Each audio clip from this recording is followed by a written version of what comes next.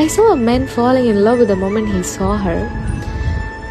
அந்த பொண்ணு கிடைக்க மாட்டா அப்படின்னு தெரிஞ்ச சில நாட்களுக்கு அப்புறமும் கூட அவனுக்கு அந்த பொண்ணுக்கு செய்கிறதுக்கு ரொம்ப பிடிச்சிருந்தது.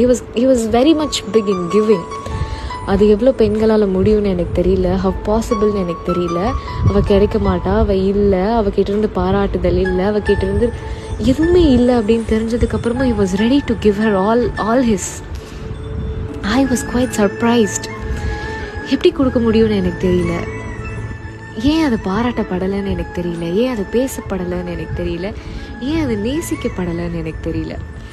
இன்கேஸ் ஒன் சைட் லவ் பண்ணிகிட்ருக்க மென் உங்களை யாருமே you're doing something bigன்னு சொல்லலைன்னா I am telling you right now, you're strong, you are giving something which you know you're not going to get it back.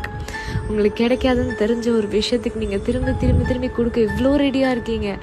O my God, it's something big. ஏன் உங்களை யாரும் appreciate பண்ணல?